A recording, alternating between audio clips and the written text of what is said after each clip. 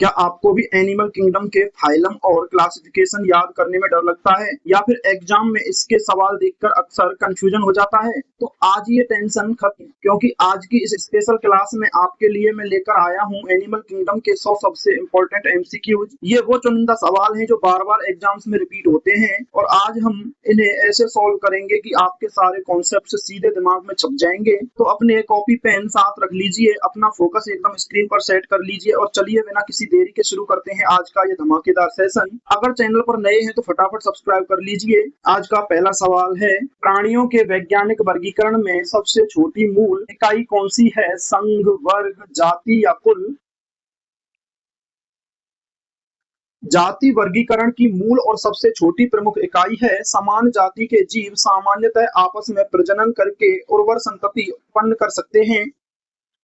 जंतु जगत का अध्ययन किस विज्ञान के अंतर्गत किया जाता है? वनस्पति विज्ञान, जंतु विज्ञान, कोशिका विज्ञान या आनुवांशिकी? जंतु विज्ञान जीव विज्ञान की वह शाखा है जिसमें जंतुओं की संरचना, वर्गीकरण, शरीर, क्रियाओं, व्यवहार और विकास का अध्ययन किया जाता है। निम्न में से कौन सा जंतु जगत का प्रमुख लक्षण है? स्वपोषी पोषण, कोशिका भित्ति और उपस्थिति, परपोषी पोषण या क्लोरोफिल की उपस्थिति? परपोषी पोषण। अधिकांश जंतु अपना भोजन स्वयं नहीं बना सकते, इसलिए वे अन्य जीवों या उनसे प्राप्त पदार्थों पर निर्भर रहते हैं और परपोषी कहलाते हैं। जंतु कोशिका में सामान्यतः कौन सी संरचना नहीं पाई जाती? कोशिका झिल्ली, केंद्रक, क्लोरोप्लास्ट या माइटोकॉन्ड्रिया? जंतु कोशिकाएं सामान्यतः क्लोरोप्लास्ट रहित होती हैं। क्लोरोप्लास्ट मुख्यतः पौधों और शैवालों में प्रकाश संश्लेषण के लिए पाए जाते हैं। बहुकोशिकीय जंतुओं में शरीर का निर्माण मुख्यतः किससे होता है? केवल एक कोशिका से, अनेक कोशिकाओं से, केवल ऊतक से या केवल अंगों से? अनेक कोशिकाओं से। अधिकांश जंतु बहुकोशिकीय होते हैं। उनकी कोशिकाएं संगठित होकर ऊतक, अंग और अंग तंत्र बनाती हैं जिससे जटिल शरीर का निर्माण होता है। पोरीफेरा संघ के जंतुओं को सामान्यतः किस नाम से जाना जाता है? स्पंज, कृमि, मोलस्क या आर्थ्रोपोडा? पोरीफेरा के शरीर पर अनेक सूक्ष्म छिद्र होते हैं, उदाहरणतः साइकोन और स्पॉन्जिला इसी संघ के सदस्य हैं। ये प्राय जलीय और स्थिर जीवन वाले होते हैं। पोरीफेरा में जल शरीर में किसके द्वारा प्रवेश करता है? नेफ्रिडिया, ऑस्ट्रिया, मुख या साइफन? ऑस्टिया। स्पंज के शरीर की सतह पर अनेक सूक्ष्म छिद्रों को ऑस्टिया कहा जाता है। इनके माध्यम से जल शरीर के अंदर प्रवेश करता है और नलिका तंत्र में प्रवाहित होता है। स्पंजों में जल परिसंचरण के लिए मुख्य रूप से कौन सी कोशिकाएं महत्वपूर्ण हैं? निडोब्लास्ट, कोइनोसाइट, फ्लेम सेल या अमीबोसाइट? कोइनोसाइट या कॉलर कोशिकाएं अपने कशाभिकाओं की गति से जल प्रवाह बनाए रखती हैं। ये भोजन के कणों को पकड़ने में भी सहायता करती हैं। पोरीफेरा में संगठन का कौन सा स्तर पाया जाता है? अंग तंत्र स्तर, अंग स्तर, ऊतक स्तर या कोशिकीय स्तर? कोशिकीय स्तर। पोरीफेरा में कोशिकाएं कुछ कार्यात्मक समूह बनाती हैं, लेकिन वास्तविक ऊतक और अंग विकसित नहीं होते, इसलिए इनमें कोशिकीय संगठन स्तर पाया जाता है। निम्न में से पोरीफेरा का उदाहरण कौन सा है? हाइड्रा, साइकोन, फीताकृमि या केकड़ा? साइकोन एक समुद्री स्पंज है और पोरीफेरा संघ का प्रसिद्ध उदाहरण है। इसका शरीर छिद्र युक्त होता है और यह जल प्रवाह द्वारा पोषण प्राप्त करता है। निडेरिया संघ की प्रमुख विशेषता क्या है? संयुक्त पैर, निडोब्लास्ट कोशिकाएं, जल संवहनी तंत्र या सीप? निडोब्लास्ट कोशिकाएं। निडेरिया के शरीर में निडोब्लास्ट या निडोसाइट नामक विशेष डंक कोशिकाएं होती हैं। इनका उपयोग शिकार पकड़ने और रक्षा के लिए किया जाता है।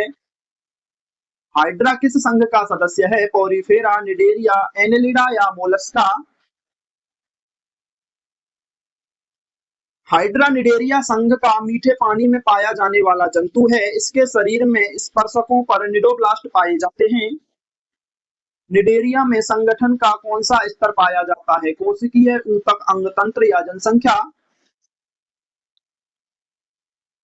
निडेरिया में कोशिकाएं वास्तविक ऊतकों का निर्माण करती हैं, इसलिए इनमें ऊतक स्तर का संगठन पाया जाता है। इनमें अंगतंत्र स्तर का विकास नहीं होता।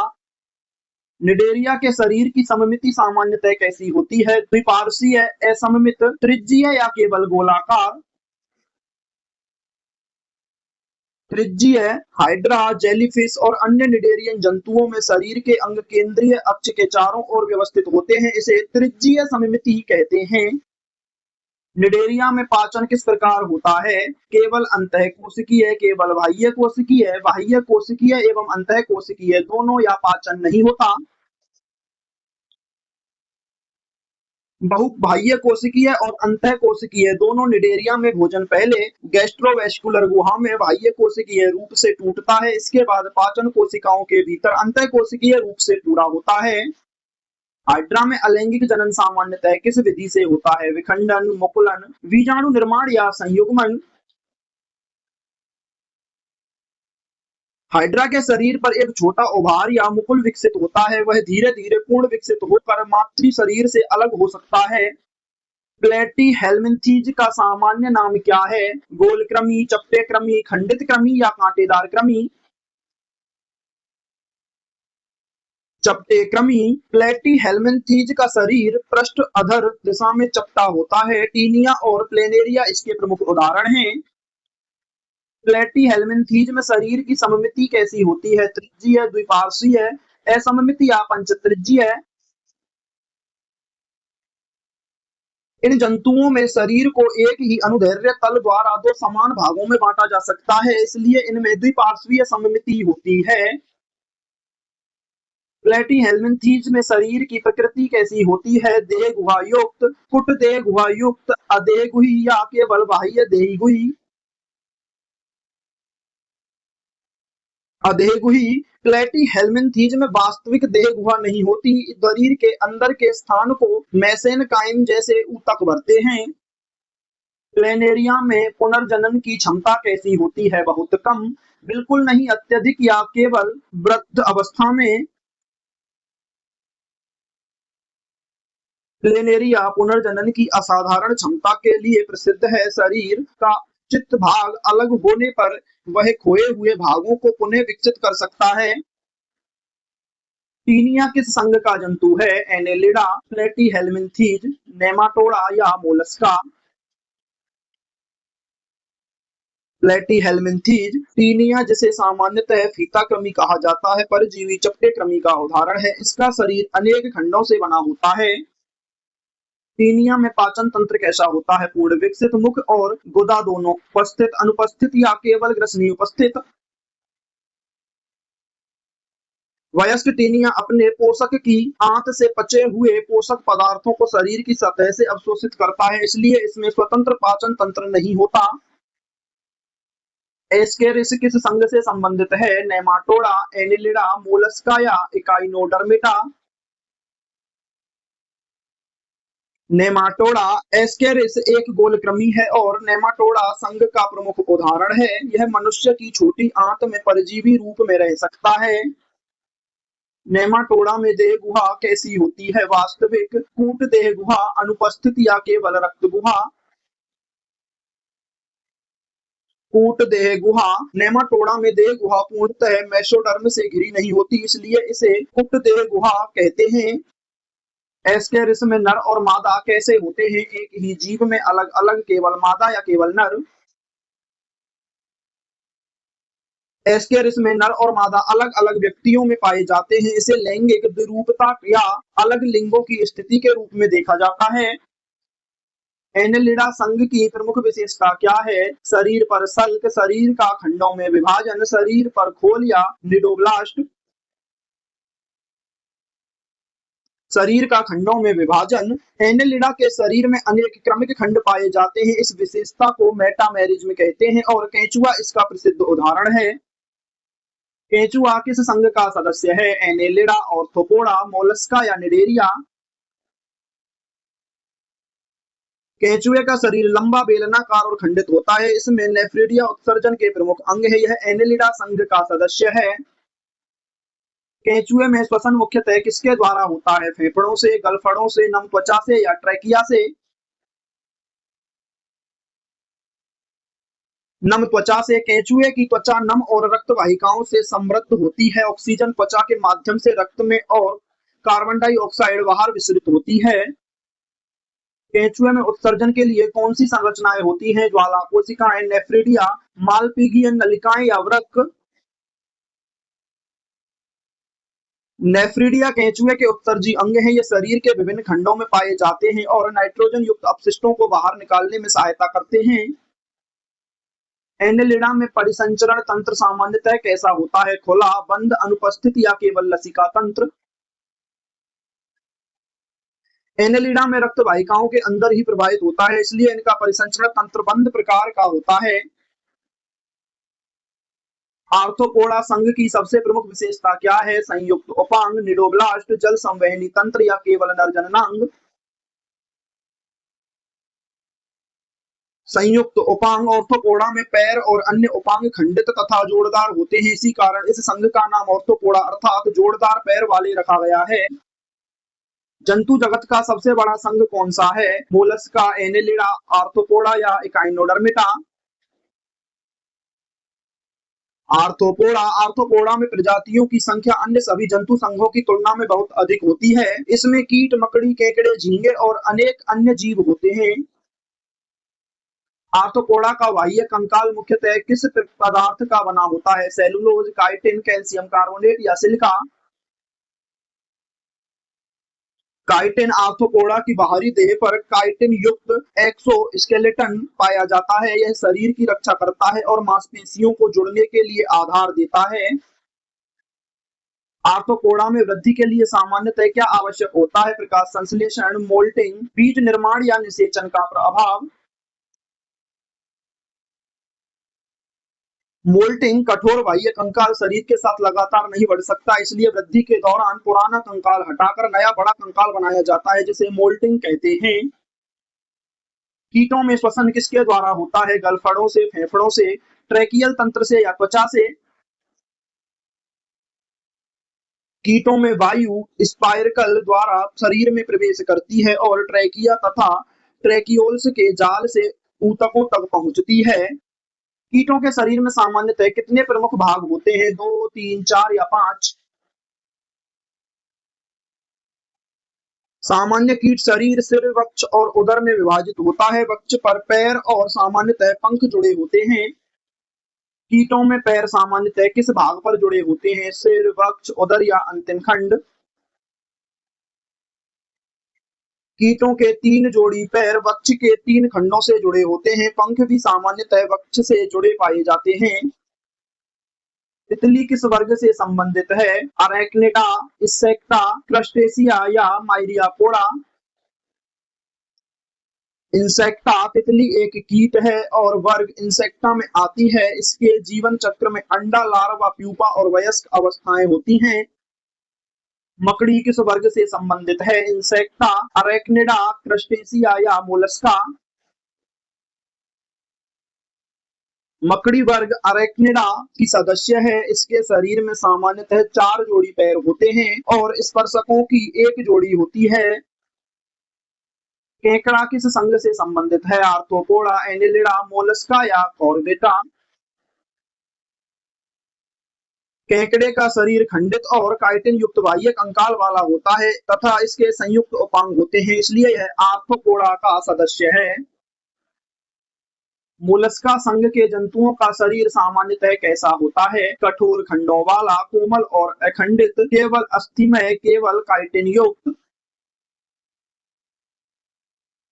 कोमल और अखंडित। मोलस्कों का शरीर सामान्यतः कोमल और अखंडित होता है। अधिकांश में शरीर की सुरक्षा देने के लिए कैल्शियम कार्बोनेट का खोल विकसित हो सकता है।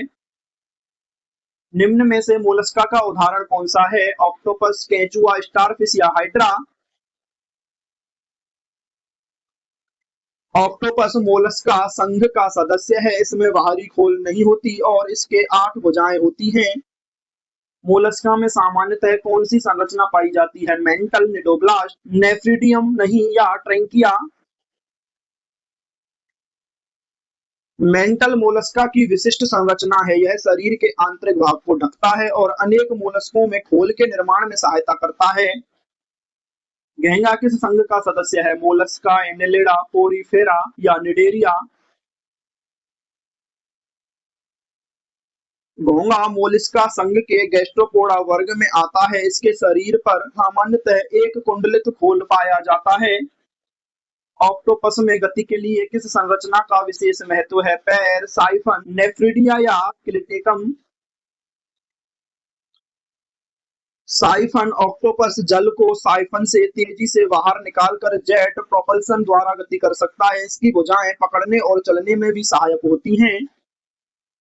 इकाइनोडर्मिटा के जंतु सामान्यतः कहाँ पाए जाते हैं? केवल मीठे पानी में, समुद्री में, केवल भूमि पर या केवल वायु में?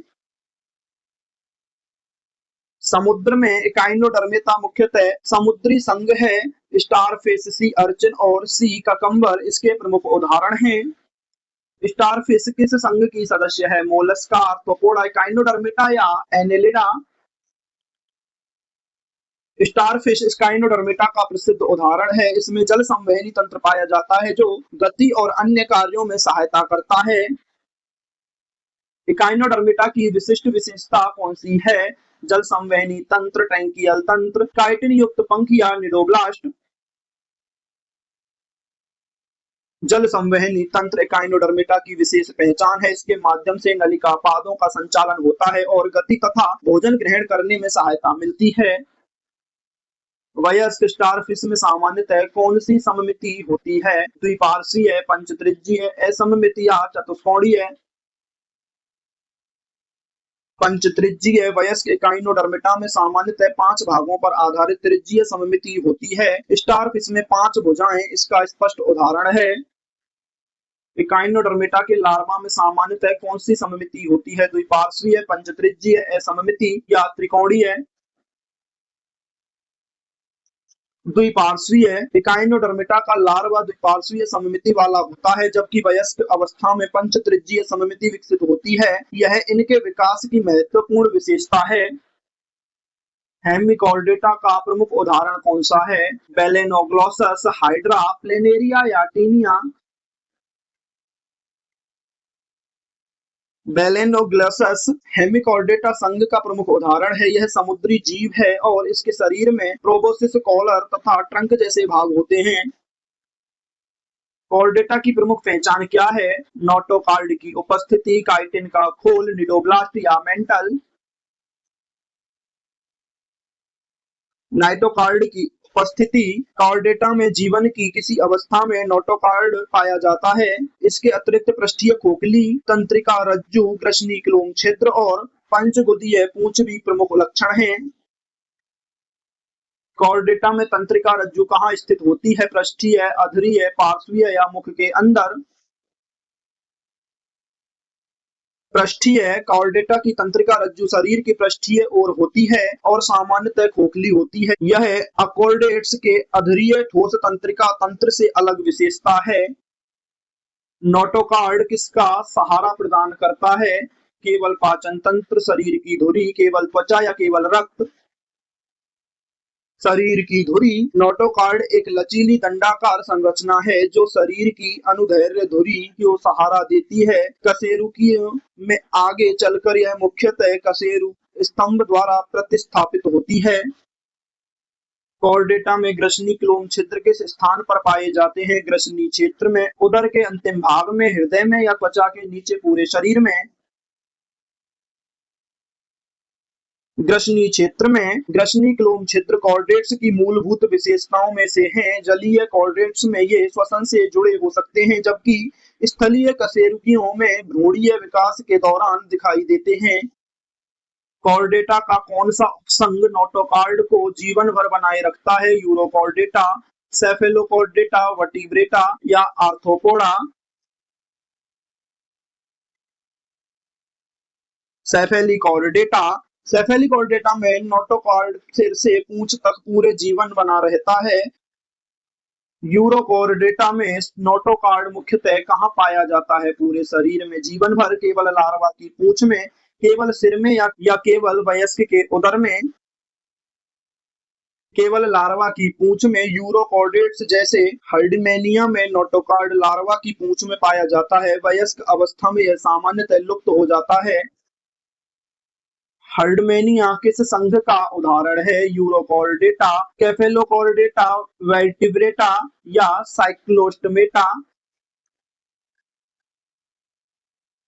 यूरोकॉर्डेटा। हर्डमेनिया एक समुद्री ट्यूनिकेट है और यूरोकॉर्डेटा का उदाहरण है। इसका लार्वा अवस्था में कॉर्डेट लक्षण स्पष्ट होता है। ब्रेंचियोस्टोमा का सामान्य नाम क्या है? लांसलेट, हागफिश, लैम्प्रे या ट्यूनिकेट? लांसलेट। ब्रांचियोस्टोमा को सामान्यतः लांसलेट या एम्फियोक्सस कहा जाता है। यह केफेलोकॉर्डेटा का प्रतिनिधि है जो और नोटोकॉर्ड जीवन भर बनाए रखता है। कशेरुकियों में नोटोकॉर्ड का प्रमुख वयस्क प्रतिस्थापन क्या है? काइटिन, कशेरुक स्तंभ, मेंटल या क्लिटेलन?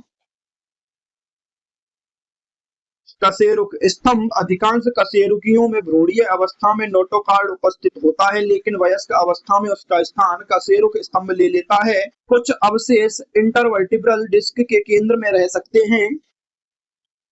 मछलियों में सामान्यतः श्वसन किसके द्वारा होता है? फेफड़ों से, गलफड़ों से, त्वचा से या ट्रैकिया से? गलफड़ों से। अधिकांश मछलियां जल में घुली ऑक्सीजन को गलफड़ों द्वारा ग्रहण करती हैं। गलफड़ों में अत्यधिक रक्त वाहिका युक्त सतह जैसों के आदान प्रदान के लिए उपयुक्त होती है। मछलियों का हृदय सामान्यतः कितने कक्षों का होता है? 2, 3, 4 या 5? तो मछलियों के हृदय में एक आलिंद और एक निलय प्रमुख कक्ष होते हैं। इनके परिसंचरण में रक्त एक चक्र में हृदय से होकर गलफड़ों और फिर शरीर तक जाता है। मछलियों में रक्त परिसंचरण किस प्रकार का होता है? द्विपरिसंचरण, एकल परिसंचरण, कोई परिसंचरण नहीं या तीन हरा परिसंचरण? एकल परिसंचरण। मछलियों में रक्त हृदय से गलफड़ों तक और फिर शरीर के अन्य भागों तक जाता है, इसलिए एक पूर्ण चक्र में रक्त हृदय से एक बार गुजरता है। मछलियों में तैरने में सहायता करने वाली संरचना कौन सी है? वायु आशय, क्लेटलम, मेंटल या निडोब्लास्ट? वायु आशय। अधिकांश अस्थि में मछलियों में स्विम ब्लैडर या वायु आशय उछाल नियंत्रित करने में सहायता करता है। यह मछली को जल में अपनी स्थिति बनाए रखने में मदद करता है। उपास्थि में मछलियों का उदाहरण कौन सा है? रोहू, शार्क, कैटला या हिल्सा? शार्क। शार्क वर्ग कॉन्ड्रिथिक्स की सदस्य है। इसका अंतःकंकाल मुख्यतः उपास्थि का बना होता है, जबकि अधिकांश अस्थि में मछलियों में अस्थि प्रमुख होती है। अस्थि में मछलियों का प्रमुख वर्ग कौन सा है? ऑस्टिस्थिज, एम्फीबिया, रेप्टाइल या एवीज? ऑस्ट्रिच में अस्थि में अंतःकंकाल पाया जाता है। रोहू, कैटला और अनेक सामान्य मछलियां इसी समूह में आती हैं। उभयचर शब्द का अर्थ क्या है? केवल जल में रहने वाला, केवल स्थल में रहने वाला, जल और स्थल दोनों में से संबंधित, केवल वृक्ष पर रहने वाला। जल और स्थल दोनों से संबंधित। एम्फीबिया के सदस्य जीवन के विभिन्न चरणों में जल और स्थल दोनों से जुड़े रहते हैं। मेंढक का टैडपोल जल में तथा वयस्क मुख्यतः स्थल पर रहता है। मेंढक किस वर्ग का सदस्य है? पीसेज, एम्फीबिया, रेप्टाइल्स या मम्मिल? मेंढक उभयचर वर्ग का प्रसिद्ध उदाहरण है। इसका जीवन चक्र जलीय टैडपोल से स्थलीय वयस्क अवस्था में परिवर्तन दर्शाता है। उभयचरों की त्वचा सामान्यतः कैसी होती है? सूखी और सल्के युक्त, नम और ग्रंथि युक्त, पंखों से ढकी या काइटिन युक्त? नम और ग्रंथि युक्त। उभयचरों की त्वचा में श्लेष्मा ग्रंथियां होती हैं और यह सामान्यतः नम रहती है। त्वचा श्वसन में भी महत्वपूर्ण भूमिका निभाती है। वयस्क मेंढक का हृदय कितने कक्षों का होता है? 2, 3, 4 या 5? मेढक के हृदय में 2 आलिंद और 1 निलय होता है, इसलिए इसे 3 कक्षीय हृदय कहा जाता है। मेढक में श्वसन किस किस माध्यम से हो सकता है? केवल फेफड़ों से, त्वचा और फेफड़ों से, केवल गलफड़ों से या केवल ट्रैंकिया से? त्वचा और फेफड़ों से। वयस्क मेढक फेफड़ों के साथ साथ नम त्वचा द्वारा भी श्वसन करता है। जल में रहने या विश्राम की अवस्था में त्वचीय श्वसन का महत्व बढ़ जाता है। उभयचर लार्वा सामान्यतः किसके द्वारा श्वसन करता है? गलफड़ों से, फेफड़ों से, ट्रैंकिया से या केवल त्वचा से? गलफड़ों से। मेढक के टैडपोल में जलीय जीवन के अनुरूप गलफड़े पाए जाते हैं। कायांतरण के बाद वयस्क में फेफड़े विकसित होते हैं। सरीसृपों की त्वचा सामान्यतः कैसी होती है? नम और चिकनी, सूखी तथा सल्क युक्त, पंख युक्त या बिना एपिडर्मिस के? सूखी तथा सल्क युक्त। सरीसृपों की त्वचा केराटिन युक्त और अपेक्षाकृत शुष्क होती है। सल्क शरीर से जल की हानि को कम करने में मदद करते हैं तथा स्थलीय जीवन के लिए अनुकूल होते हैं। निम्न में से कौन सरीसृप है? मगरमच्छ, मेढक, व्हेल या कबूतर? मगरमच्छ। मगरमच्छ वर्ग रेप्टिल का सदस्य है। इसका शरीर सल्क युक्त त्वचा से ढका होता है और यह फेफड़ों से श्वसन करता है। सरीसृपों में निषेचन सामान्यतः कैसा होता है? भाई यह आंतरिक, केवल अलैंगिक या निषेचन नहीं होता। आंतरिक। सरीसृपों में आंतरिक निषेचन पाया जाता है। इससे भ्रूण को बाहरी जल पर निर्भरता के बिना विकसित होने में सहायता मिलती है। सरीसृपों के अंडों की प्रमुख विशेषता क्या है? कठोर या चमड़े जैसी सुरक्षात्मक आवरण? कोई आवरण नहीं, केवल जेली की परत या क्लोरोफिल की परत? कठोर या चमड़े जैसी सुरक्षात्मक आवरण। अनेक सरीसृपों के अंडों में कठोर या चमड़े जैसा आवरण होता है। इसमें भ्रूण के विकास के लिए आवश्यक भ्रूणीय झिल्लियां होती हैं। पक्षियों की विशिष्ट पहचान क्या है? सल्क, पंख, निडोब्लास्ट या मेंटल? पंख पक्षियों की सबसे विशिष्ट बाहरी विशेषता है। वे उड़ान, ताप नियमन तथा शरीर की सुरक्षा में भूमिका निभाते हैं। पक्षियों में अग्रपद किसमें परिवर्तित हो गए हैं? पंखों में, गलफड़ों में, फ्लिपर में या सींगों में? पक्षियों के अग्रपाद विकास के दौरान पंखों में परिवर्तित हुए हैं। पंख उड़ान में महत्वपूर्ण भूमिका निभाते हैं। हालांकि कुछ पक्षियों में उड़ान की क्षमता नहीं होती। पक्षियों की हड्डियां उड़ान के लिए सामान्यतः कैसी होती हैं? अत्यधिक ठोस और भारी, कई में खोखली और वायु भरी, केवल उपास्थि में या बिना कैल्शियम की? अनेक उड़ने वाले पक्षियों की कुछ हड्डियां वायु भरी या खोखली होती हैं। इससे शरीर का भार कम रखने में सहायता मिलती है, जबकि कंकाल पर्याप्त मजबूती बनाए रखता है। पक्षियों का हृदय कितने कक्षों का होता है? 2, 3, 4 या 5? पक्षियों में 2 आलिंद और 2 निलय होते हैं। इससे ऑक्सीजन युक्त और ऑक्सीजन रहित रक्त पूरी तरह अलग रहता है और उच्च चयापचय के लिए पर्याप्त ऊर्जा मिलती है। पक्षियों में श्वसन तंत्र की विशिष्ट सहायता संरचना कौन सी है? वायुकोश, नेफ्रिडिया, फ्लेम सेल या मेंटल? वायुकोश। पक्षियों में फेफड़ों के साथ वायुकोश पाए जाते हैं। वे वायु के निरंतर प्रवाह को बनाए रखने में सहायता करते हैं, जिससे उड़ान के दौरान उच्च ऑक्सीजन आवश्यकता पूरी होती है। पक्षी शरीर का तापमान किस प्रकार बनाए रखते हैं? बाह्य तापी, अंतःतापी, केवल जल द्वारा या वातावरण के बराबर? पक्षी अपने शरीर का तापमान मुख्यतः आंतरिक चयापचय द्वारा नियंत्रित करते हैं, इसलिए वे अंतःतापी या उष्णरक्ती जीव माने जाते हैं। स्तनधारियों की प्रमुख विशेषता क्या है? गलफड़े, दुग्ध ग्रंथियां, निडोब्लास्ट या जल संवहनी तंत्र?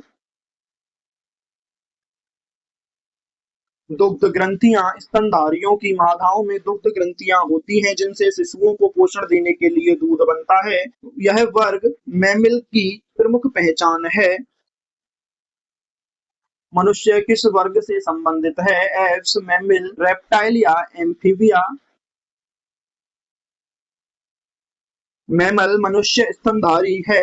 इसमें बाल, दुग्ध ग्रंथियां, चार कक्षीय हृदय और अंतःतापी शरीर जैसी स्तनधारी लक्षण पाए जाते हैं। स्तनधारियों में श्वसन का प्रमुख अंग कौन सा है? गलफड़े, फेफड़े, ट्रैकिया या त्वचा? सभी सामान्य स्तनधारी फेफड़ों द्वारा श्वसन करते हैं। फेफड़ों में गैसों का आदान प्रदान मुख्यतः सूक्ष्म वायु कोष्ठों के स्तर पर होता है। स्तनधारियों में हृदय कितने कक्षों का होता है? 2, 3, 4 या 5? स्तनधारी हृदय में दो आलिंद और दो निलय होते हैं। चार कक्षों की व्यवस्था ऑक्सीजन युक्त और ऑक्सीजन रहित रक्त को अलग रखती है। स्तनधारियों में डायफ्राम किससे संबंधित है? पाचन, श्वसन, उत्सर्जन या प्रजनन? श्वसन डायफ्राम वक्ष और उदर गुहा के बीच स्थित पेशीय झिल्ली है। इसके संकुचन और शिथिलन से फेफड़ों में वायु के आने जाने में सहायता मिलती है। अंडे देने वाला स्तनधारी कौन सा है? प्लेटिपस, गाय, मानव या चमगादड़? प्लेटिपस मोनोट्रीम स्तनधारी है और अंडे देता है। इसके बावजूद यह स्तनधारी है क्योंकि इसमें दुग्ध ग्रंथियां और अन्य स्तनधारी लक्षण मौजूद हैं। चमगादड़ किस वर्ग का सदस्य है? एप्स, मैमल, रेप्टाइल या एम्फीबिया? चमगादड़ उड़ने की क्षमता रखने वाला स्तनधारी है। इसके शरीर पर बाल होते हैं और मादा अपने बच्चों को दूध पिलाती है। व्हेल किस वर्ग से संबंधित है? पीसेज, मैमल, रेप्टाइल या एप्स? मैमल व्हेल जल में रहती है लेकिन यह मछली नहीं बल्कि स्तनधारी है। यह फेफड़ों से श्वसन करती है और मादा अपने बच्चों को दूध पिलाती है। डॉल्फिन किस वर्ग का सदस्य है? मैमल, पीसेज, एम्फीबिया या मोलस्का? डॉल्फिन जलीय स्तनधारी है। यह फेफड़ों से वायु ग्रहण करती है और अपने बच्चों को दूध पिलाती है। निम्न में से कौन सा जीव प्रोटोकॉर्डेटा का उदाहरण है? वेंचियोस्टोमा, मनुष्य, कबूतर या मेंढक?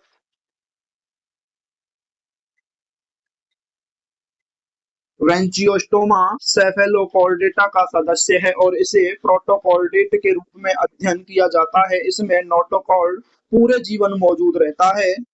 साइक्लोस्टोमाटा का सामान्य लक्षण क्या है? जबड़ों का होना, जबड़ों का अभाव, पंखों का होना या चार पैर? जबड़ों का अभाव। साइक्लोस्टोम्स जबड़ा रहित कशेरुकी होते हैं। लैम्प्रे और हागफिश इस समूह के उदाहरण हैं और इनका मुख चूसण के लिए अनुकूलित होता है। लैम्प्रे किस समूह का उदाहरण है? साइक्लोस्टोमाटा, ऑस्टिथिस, एम्फीबिया या रेप्टाइल? साइक्लोस्टोमाटा लैम्प्रे एक जबड़ा रहित मछली सदृश कशेरुकी है। इसका मुख गोल और चूसक जैसा होता है तथा यह कई मामलों में परजीवी जीवन जी सकता है। शार्क के अंतःकंकाल का मुख्य पदार्थ क्या है? अस्थि, उपास्थि, काइटिन या सिलिका? उपास्थि। शार्क कॉन्ड्रियोथिस वर्ग की सदस्य है। इसका अंतःकंकाल मुख्यतः उपास्थि से बना होता है, इसलिए इसे उपास्थि में मछली भी कहा जाता है। कॉन्ड्रिचथाइज की प्रमुख विशेषता क्या है? उपास्थि में अंतःकंकाल, पंख युक्त शरीर, चार पैर या दुग्ध ग्रंथियां? उपास्थि में अंतःकंकाल। ऑस्ट्रिचेज की प्रमुख पहचान क्या है? उपास्थि में कंकाल, अस्थि में कंकाल, काइटिन युक्त कंकाल या कंकाल का अभाव? अस्थि में कंकाल। एम्फीबिया के अंडे सामान्यतः कहाँ दिए जाते हैं? सूखी भूमि में, जल में या नम स्थानों में, पेड़ की सूखी छाल पर या केवल समुद्र की गहराइयों में? जल में या नम स्थानों में। अधिकांश उभयचर प्रजनन के लिए जल या नम वातावरण पर निर्भर रहते हैं। उनके अंडों में कठोर खोल नहीं होता, इसलिए वे सूखने के प्रति संवेदनशील होते हैं। सरीसृपों में त्वचा की शुष्कता का मुख्य लाभ क्या है? जल हानि कम करना, प्रकाश संश्लेषण करना, रक्त बनाना या भोजन बनाना? जल हानि कम करना, केराटिन युक्त सल्क जल के वाष्पीकरण को कम करते हैं। इससे सरीसृप अपेक्षाकृत शुष्क स्थलीय वातावरण में भी जीवन बनाए रख सकते हैं। पक्षियों में शरीर को ढकने वाले विशिष्ट संरचना क्या है? बाल, पंख, सल्क या काइटिन? पंख। पक्षियों के शरीर पर पंख पाए जाते हैं। पंख उड़ान के साथ साथ ताप संरक्षण और शरीर को बाहरी प्रभावों से बचाने में भी सहायता करते हैं। तो दोस्तों, ये थे एनिमल किंगडम के 100 सबसे बेहतरीन और एग्जाम ओरिएंटेड एमसीक्यूज। मुझे पूरी उम्मीद है कि इस क्लास ने आपके कॉन्फिडेंस को एक जबरदस्त बूस्ट दिया होगा। अब बारी आपकी है, जल्दी से कमेंट करके ईमानदारी से बताइए कि 100 सवालों में से आपके कितने जवाब बिल्कुल सही हुए। आपका आज का स्कोर क्या रहा? अगर आपको ये क्लास हेल्पफुल लगी हो तो वीडियो को लाइक जरूर करें, अपने दोस्तों के साथ शेयर करें और चैनल को सब्सक्राइब करके बेल आइकन दबाना बिल्कुल ना भूलें। मिलते हैं आपसे अगली क्लास में एक और शानदार टॉपिक के साथ। तब तक के लिए पढ़ते रहिए, रिवीजन करते रहिए। जय हिंद।